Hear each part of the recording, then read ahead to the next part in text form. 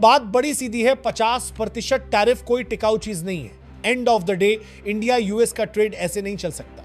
अभी तो इंडिया ने जवाबी टैरिफ नहीं लगाया क्योंकि बातचीत चल रही है, लेकिन अगर चीजें अटकी तो रिटेलिएशन आएगा और फिर मामला खत्म। और यूएस कंपनियां, अरे भाई, वो भी नहीं चाहेंगी कि इंडिया जैसा मार्केट उनके हाथ से निकल जाए, वरना बैकलैश होगा, इन्वेस्टमेंट्स पर ताला लगेगा और बाकी को भी कहा जाएगा थैंक यू बाय बाय। अब कहानी शुरू हुई यूएस ट्रेजरी सेक्रेटरी स्कॉट बेसन से। फॉक्स बिजनेस को इंटरव्यू में साफ कहा, हमने इंडिया को झुकाने की पूरी कोशिश की, लेकिन वो तो अनफ्लिंचिंग निकला। यहां उन्होंने एक शब्द इस्तेमाल किया, रिकैल्सिटेंट, मतलब कि सामने अथॉरिटी हो और आप झुकने से मना कर दो। वैसे मजेदार बात यह कि रॉयटर्स ने पहले इसे साउथ ईस्ट एशिया लिख दिया, बाद में सुधारा साउथ एशिया। अब बात पीएम मोदी की। यूएन जनरल असेंबली के हाई लेवल सेशन की लिस्ट में इंडिया का नाम आया है, तो उम्मीद है पीएम मोदी जाएंगे और हो सकता है ट्रंप से मुलाकात भी हो जाए। इंडियन एक्सप्रेस तो यही कह रहा है, लेकिन इंडियन ऑफिशियल्स कह रहे हैं भाई कुछ फाइनल नहीं, ऑप्शंस खुले हैं। मतलब अगर ट्रेड टॉक्स में प्रगति हुई तो जाएंगे, वरना घर पर चाय पिएंगे। इस बीच 6वां राउंड नेगोशिएशन का इस महीने के एंड में होगा। अब ट्रंप इतने हार्ड क्यों हैं इंडिया पर?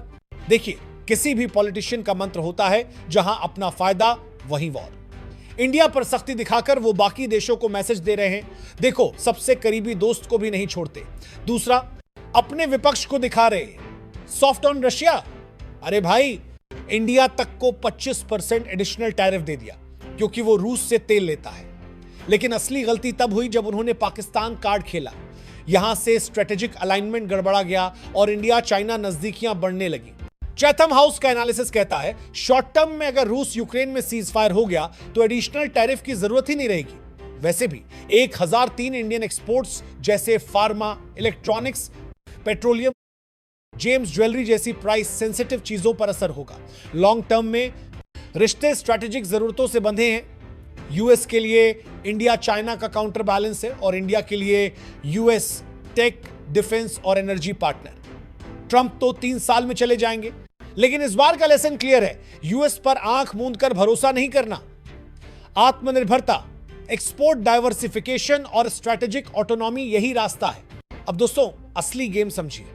ट्रंप के दिमाग में एक साथ 3-4 चालें चल रही थी। पहला, बाकी देशों के लिए एक सख्त मैसेज भेजना, जैसे ब्राजील, साउथ अफ्रीका और यहां तक कि चाइना, देखो इंडिया मेरा स्ट्रेटेजिक पार्टनर है, दोस्त है, फिर भी मैं पीछे नहीं हट रहा, तो तुम लोग तो लाइन में रहना। ये एक तरह से पॉलिटिकल शो ऑफ भी है, इंटरनेशनल लेवल पर पावर पोजिंग। दूसरा, घरेलू राजनीति में विपक्ष को जवाब देना। अमेरिका में ट्रंप के विरोधी उन्हें सालों से कहते आए हैं कि वो रशिया पर बहुत सॉफ्ट है। अब भाई, अगर आप रशिया पर सीधे वार नहीं कर सकते तो उसके सबसे बड़े तेल खरीदार को ही दबा दो। इंडिया रूस से क्रूड खरीदता है, तो ट्रंप ने कहा लो भाई, इस पर भी 25% एडिशनल टैरिफ। अब बोलो मैं सॉफ्ट हूं, यह सीधा पब्लिक मैसेज था अपने क्रिटिक्स के लिए।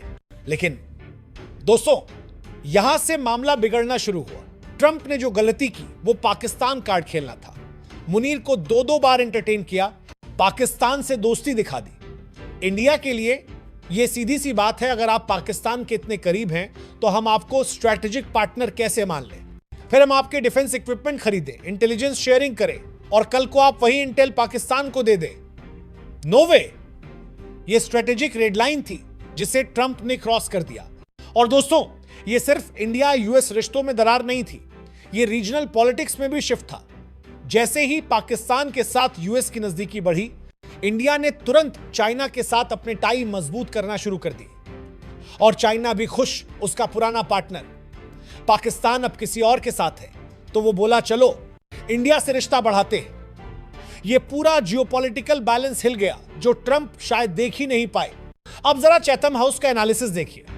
यह कोई छोटा मोटा थिंक टैंक नहीं है, बल्कि ग्लोबल पॉलिटिक्स का डीप स्टेट लेवल का थिंक टैंक माना जाता है।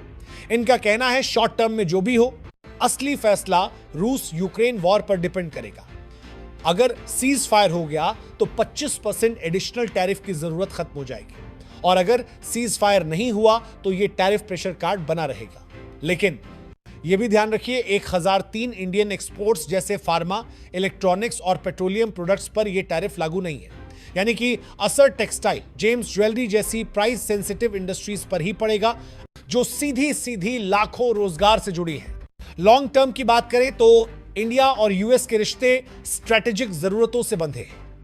यूएस को इंडिया चाहिए चाइना का काउंटर बैलेंस बनने के लिए, और इंडिया को यूएस चाहिए टेक्नोलॉजी, डिफेंस और एनर्जी के लिए। ट्रंप 3 साल बाद चले जाएंगे, उनके बाद कोई और आएगा और फिर रिश्तों को रीसेट करेगा। लेकिन इस बार इंडिया ने एक सबक पक्का सीख लिया है, यूएस पर आंख मूंद कर भरोसा नहीं करना। अब फोकस होगा आत्मनिर्भरता, एक्सपोर्ट डाइवर्सिफिकेशन और स्ट्रैटेजिक ऑटोनॉमी। दोस्तों, ये वही लेसन है जो चाइना ने सालों पहले सीख लिया था। वो अपने मार्केट, सप्लाई चेन और स्ट्रेटेजिक टाइजेस को एक देश पर निर्भर नहीं रखता। इंडिया भी अब वैसा ही करने की तैयारी में है। रशिया, ईरान, चाइना और बाकी रीजनल पार्टनर्स के साथ टाई मजबूत करना, ताकि कल को अगर यूएस आर्म ट्विस्ट करे तो मार्केट बंद ना हो जाए। ट्रेड में टिकेगा वही जो दोनों तरफ को फायदा दे, और यहां फायदा दोनों को चाहिए। इंडिया को चाहिए यूएस मार्केट और यूएस को चाहिए इंडिया का मार्केट। यह बिल्कुल ऐसे है जैसे दो बड़े बिजनेस टाइकून एक दूसरे से नाराज हो। बोलचाल बंद हो सकती है, लेकिन डील करनी पड़ेगी, क्योंकि प्रॉफिट दोनों के लिए जरूरी है। लेकिन एक बात साफ है, इस बार इंडिया ने जो पोजीशन ली है वो पहले जैसी नहीं है। पहले हम मानते थे कि हमारा यूएस के साथ स्पेशल रिलेशन है, प्रिविलेज है। अब हमें समझ आ गया कि यह सिर्फ पॉलिटिकल टर्म है। रियलिटी में हर देश पहले अपना हित देखता है। यह नया माइंडसेट इंडिया के लिए गेम चेंजर है। अब अगर यूएस से डील होगी भी तो बराबरी की होगी, ना कि झुककर। और दोस्तों, यह लेसन सिर्फ गवर्नमेंट के लिए नहीं, हमारे लिए भी है। एक्सपोर्ट डाइवर्सिफिकेशन, स्ट्रैटेजिक टाइज और आत्मनिर्भरता, यही 3 मंत्र आने वाले सालों के लिए। कल को अगर यूएस मार्केट बंद भी हो जाए तो हमारी इकॉनमी खड़ी रहनी चाहिए। यही असली स्ट्रेंथ है। तो अगली बार जब आप सुने कि 25% या 50% टैरिफ लग रहा है, तो डरिए मत। सोचिए कि अब इंडिया उस लेवल पर पहुंच रहा है जहां वो झुकने वाला नहीं है। ये वही इंडिया है जो बाकी दुनिया को बता रहा है, दोस्ती निभाएंगे लेकिन मजबूरी में नहीं। और दोस्तों, यही है असली स्ट्रेटेजिक ऑटोनॉमी। तो दोस्तों, ये लड़ाई सिर्फ टैरिफ की नहीं है, ये लड़ाई है इज्जत की, पोजिशनिंग की, और इस बात की कि दुनिया में कौन किसकी शर्तों पर खेलेगा। आज अमेरिका हमसे कह रहा है, मेरी बात मानो वरना टैरिफ झेलो। लेकिन इंडिया, अब वो इंडिया नहीं है जो आंख मूंद कर हाँ कर दे। अब हमारे पास विकल्प हैं, हमारे पास ताकत है, और सबसे बड़ी बात, हमारे पास आत्मविश्वास है। याद रखिए, इंटरनेशनल पॉलिटिक्स में दोस्ती और दुश्मनी दोनों अस्थायी होती है, लेकिन हित वो हमेशा स्थायी रहते हैं। और जब हित टकराते हैं तो असली परीक्षा होती है कि आप अपनी जगह पर डटे रहते हैं या घुटने टेक देते हैं। इस बार इंडिया ने दुनिया को दिखा दिया, हम बातचीत के लिए तैयार हैं, लेकिन दबाव में आने के लिए नहीं। तो अगली बार जब कोई कहे कि टैरिफ लग गया, अब क्या होगा, मुस्कुराइए और कहिए, भाई इंडिया अब सौदे बराबरी पर करता है।